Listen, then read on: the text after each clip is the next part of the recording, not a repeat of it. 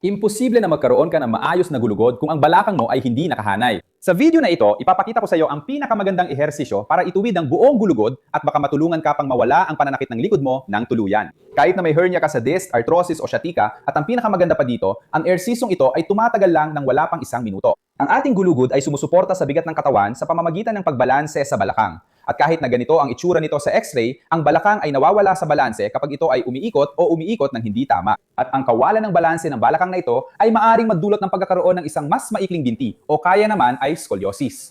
Simulan natin sa pag-alam kung ang balakang mo ay talagang hindi nakahanay o hindi. Kung susundan mo ang linya mula sa puso at papunta sa gilid, makakapa mo ang dalawang malalaking buto, ang mga buto ng baywang o balakang o kung tawagin natin ang iliac crest, kanan at kaliwa. Umarap ka sa salamin at tingnan mo kung ang dalawang buto na ito ay magkapantay ang taas. Kung pantay ba sila o kung may isang bahagi na mas mataas at ang isa naman, syempre, mas mababa kaysa sa kabila. Kung nahihirapan ka gawin ito sa ganitong paraan, humiga ka na lang ng nakadapa, ilabas ang mga paa sa gilid ng kama at pakiusap sa isang tao na kunan ng litrato mula sa itaas, pababa ang mga paa mo. Mapapapansin mo kung ang mga paa mo ay nasa parehong linya o kung may isang binti na mas maikli kaysa sa kabila.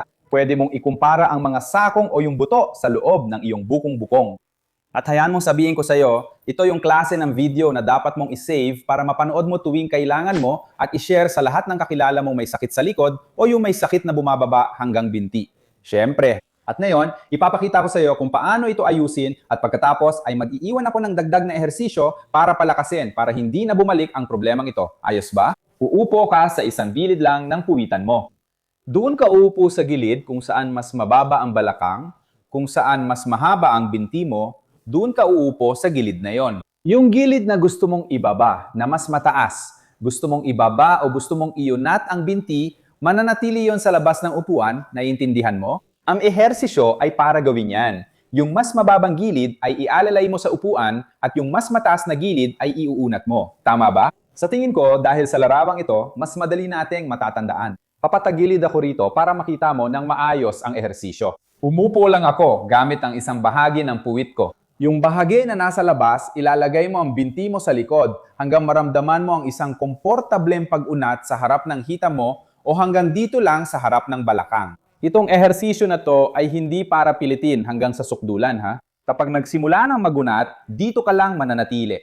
Ngayon, maglalagay ka ng puwersa sa parehong paa ng sabay. Panatilihin mo ito ng 3 segundo at pagkatapos ay mag-relax. Ulitin mo ang puwersang ito ng 3 segundo at ang pagre-relax ng 5 beses.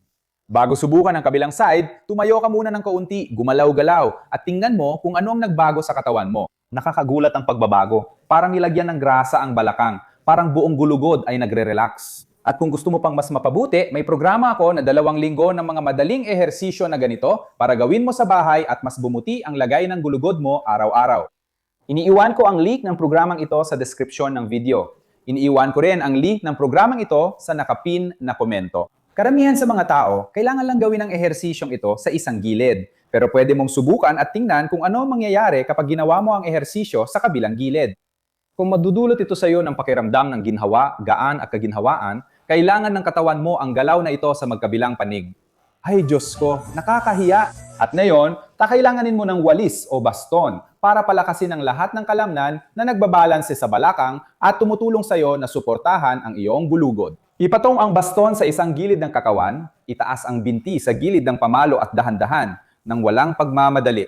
Hanggang sa hindi ka makaramdam ng sakit, ilayo ang balakang mula sa pamalo at ibalik ito. Pinapapalakas ng ehersisyong ito ang gluteus medius kapag ibinabalik mo ang balakang at pinapalakas ang gluteus maximus kapag pinipigilan nitong hilahin ng bigat ng binti ang katawan mo paabante.